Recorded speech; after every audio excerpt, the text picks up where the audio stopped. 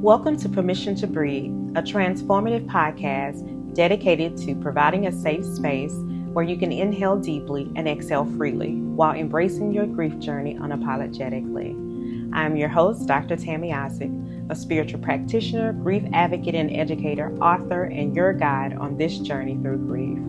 This space was born out of the understanding that grief is not just an event, it's a lifelong unfolding. It's layered, it's complex, and often it's silence.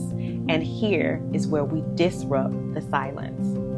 We will talk about the grief that lingers after the food stops arriving at your door, the grief that remains when no one calls and no one comes by to check on you, the grief that's complicated, the grief that's ancestral, the grief that lives in your body long before it ever reaches your tears. Every episode, we honor the humanity of grief, the anger, the confusion, the numbness, the longing, and we do so without apology. Whether you're navigating fresh loss, unspoken sorrow, or the weight of a world that just won't pause, this podcast invites you to sit down, breathe deeply, and give yourself the permission you've been waiting for to grieve, to feel, to breathe. Let's begin. Today's episode is sponsored by Let the Church Grieve by Dr. Tammy Isaac, a compelling book that explores the often overlooked subject of grief within spiritual communities. Dr. Isaac combines personal antidotes with theological insights, providing a compassionate framework for understanding and addressing grief collectively. This book emphasizes the need for spiritual leaders to create safe spaces for mourning and guides congregations through the grieving process with faith and empathy. It's a must-read for anyone looking to support those experiencing grief within their spiritual communities. Grab your copy of Let the Church Grieve at www.drtammyisaac.com today and begin the journey towards healing and growth. When we talk about women's history, we usually talk about milestones, the right to vote and the right to work, the right to lead. And we celebrate progress, achievement, and we celebrate strength. But we rarely ask what it cost her body to survive before those milestones were reached. You know, history is not only something that happened on paper, but it actually happened in our nervous systems. It happened in women who had to silence their voices to stay safe. It happened in women who worked twice as hard for half the recognition. It happened in mothers who buried children and still had to cook dinner at night. It happened in bodies that were debated, controlled, and politicized. The nervous system adapts to environments. When the environment requires vigilance, endurance, and constant proving, the body learns to brace. And over time, bracing feels normal. Tension feels normal. Hyper-independence feels normal. Even exhaustion can feel normal. In this episode, it's not about blaming history, but it's going to be about understanding it, because some of what women carry today did not begin with them. And if we do not name what history did to our nervous system, we will continue to mislabel survival responses as personal failure. Today, we're going to talk about grief in women's history. Not just the visible grief of loss, but the chronic grief of exclusion, erasure, and endurance. And we're going to ask a different question. And that question is, what did survival do to her body? Now let's take a deep breath. And let's dive in. For much of recorded history, women were expected to contribute without directing, influence without authority, and serve without decision-making power. You know, leadership was framed as masculine and authority was restricted, even in spaces where women carried their communities. Their leadership was informal and often invisible and rarely legitimized. And that kind of exclusion does something to the nervous system. When your ideas are routinely dismissed, your body learns to anticipate the interruption. When your authority is questioned before you speak, your system prepares for the resistance. And over time, this creates a subtle but constant state of alertness. You begin to rehearse your words and measure your tone, and you over prepare, and you even scan the room before you actually sit down. And this is not insecurity, though it may sound that way. It is really adaptation. The nervous system is wired for safety. If leadership historically came with backlash, punishment, or social rejection, the body remembers. Even generations later, women can find themselves feeling tension in professional spaces, bracing before offering an opinion, or even apologizing for taking up space. And when grief enters the picture, that vigilance does not just turn off. A woman grieving may still feel pressure to perform, to lead, to show up and be strong. She may not even feel like she has the right or the permission to fall apart publicly. History has trained her on how to hold it together. So when we talk about grief in women's lives, we cannot separate it from this larger story. Exclusion created this hyper awareness that we have. This hyper awareness then became stress. And then chronic stress alters how the body rests, regulates, and restores. And if you have ever wondered why it feels difficult to relax in leadership, why you feel tension even when you are qualified, or why you brace before speaking, you should consider this. Your body may be responding to a story that is older than you. Across cultures and centuries, women have been infrastructured, not just participants in systems, but the structure that kept those systems upright. They cooked, cleaned, birthed, buried, organized, meditated, prayed, taught, soothed, managed accounts, stretched money, and carried emotional weight that rarely had a title. And much of this labor was unpaid. Much of it was just expected and invisible. And invisibility has a psychological cost. When your effort is constant, but your contribution is minimized, the nervous system adapts by increasing output. It learns that safety is found in usefulness. It learns that belonging is tied to performance and that exhaustion is normal. And over time, usefulness becomes identity, right? And this is why so many women really struggle to rest, because rest feels unfamiliar, because historically it was not afforded. Rest feels unsafe because value was often measured by productivity. Even in grief, many women remain the coordinator, the comforter, the one who holds the whole room together, but the body is keeping record. Now, chronic overfunctioning activates the stress response system repeatedly. The sympathetic nervous system stays online longer than it actually should. And so stress hormones circulate more frequently. Recovering window, it starts to shrink, and then sleep becomes lighter, digestion starts to shift, blood pressures can rise, and the body begins to interpret constant doing as its baseline survival. So when we talk about burnout, we need to ask some deeper questions here.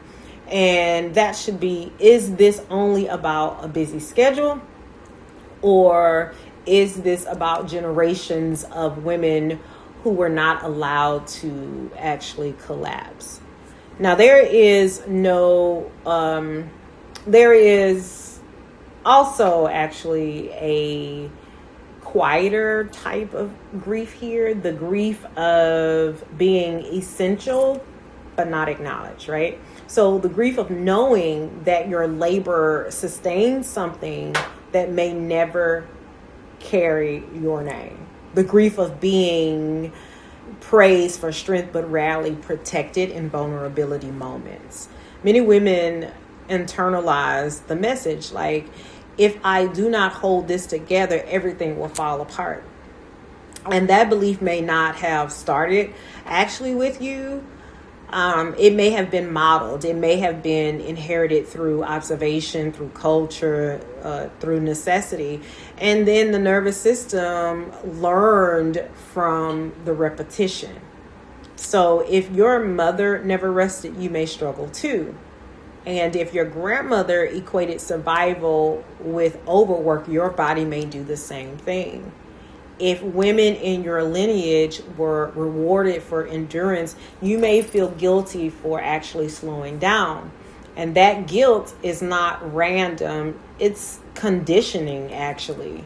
You know, there is where grief and labor starts to intersect, because when loss happens, the body has already lived in overdrive and has difficulty actually shifting into healing. Grief requires space, and it requires slowing down. It requires actually feeling, but a nervous system trained in constant productivity will resist the stillness.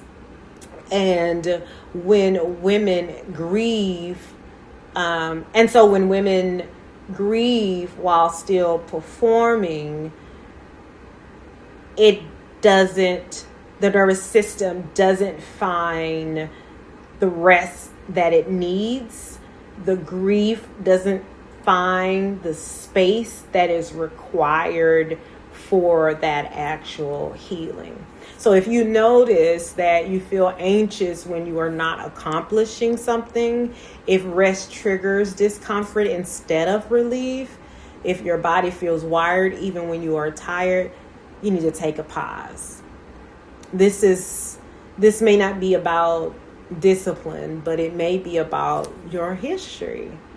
You know, healing begins when usefulness is no longer the measure of your worth.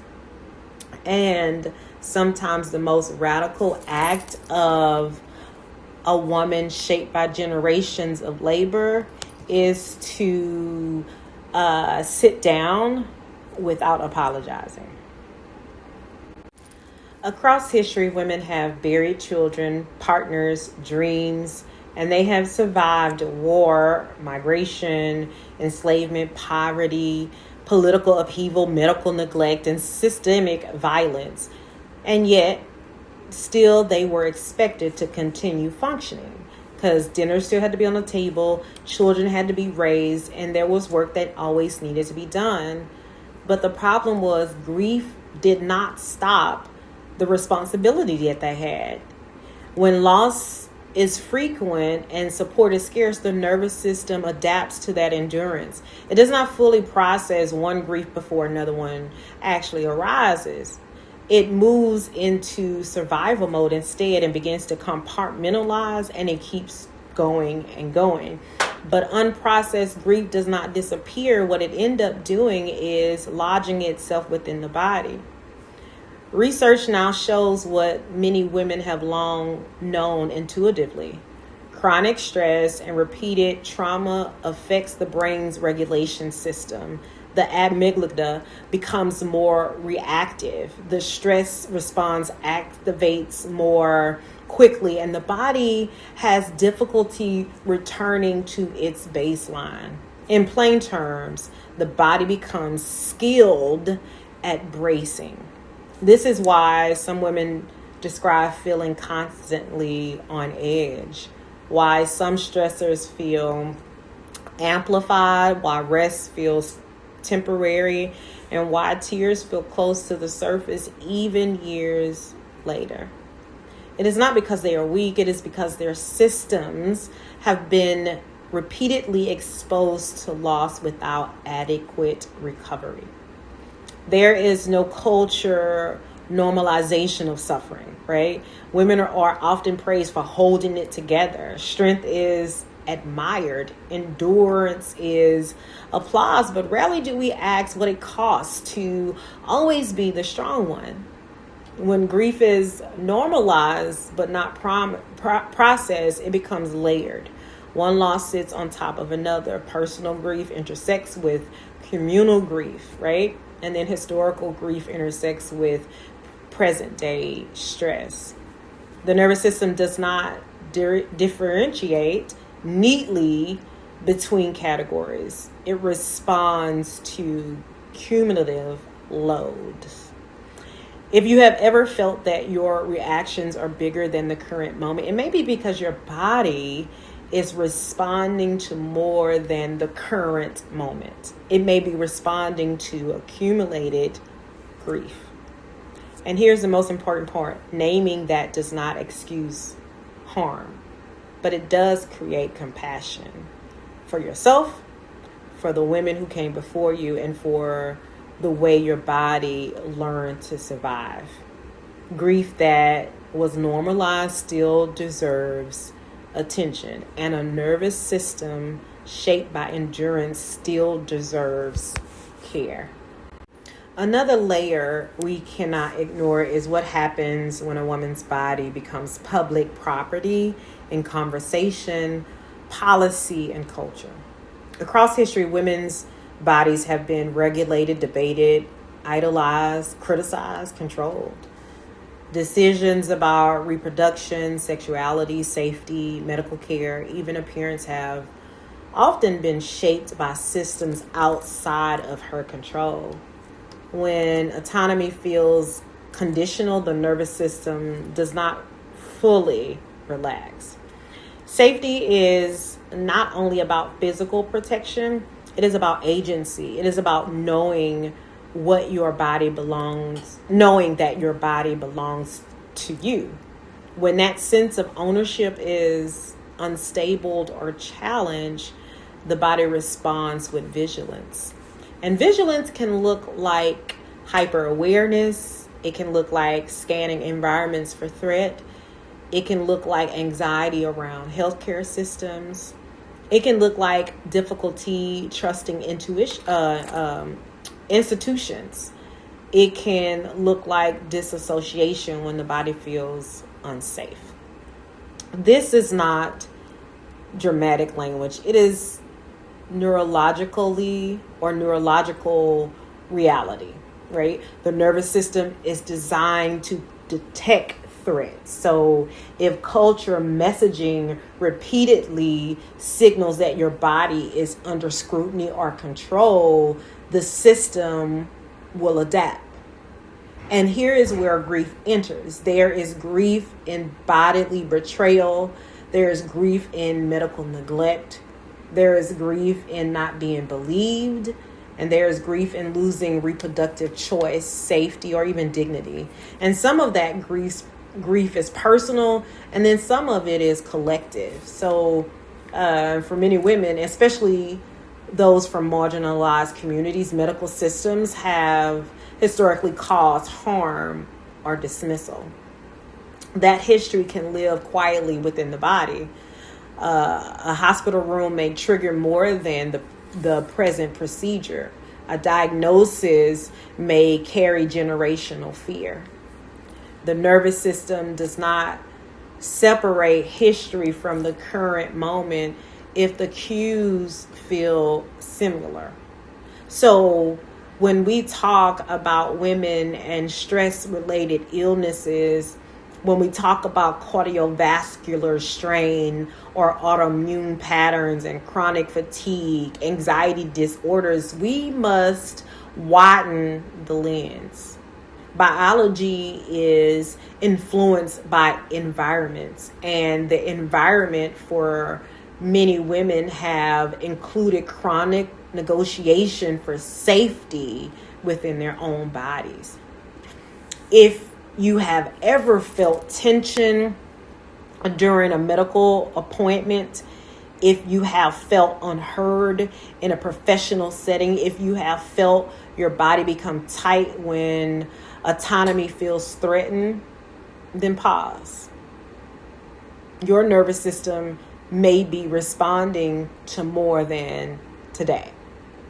Healing in this area is, or it often begins with reclaiming agency, with slowing down, with choosing providers who listen, with setting boundaries, with speaking without apology.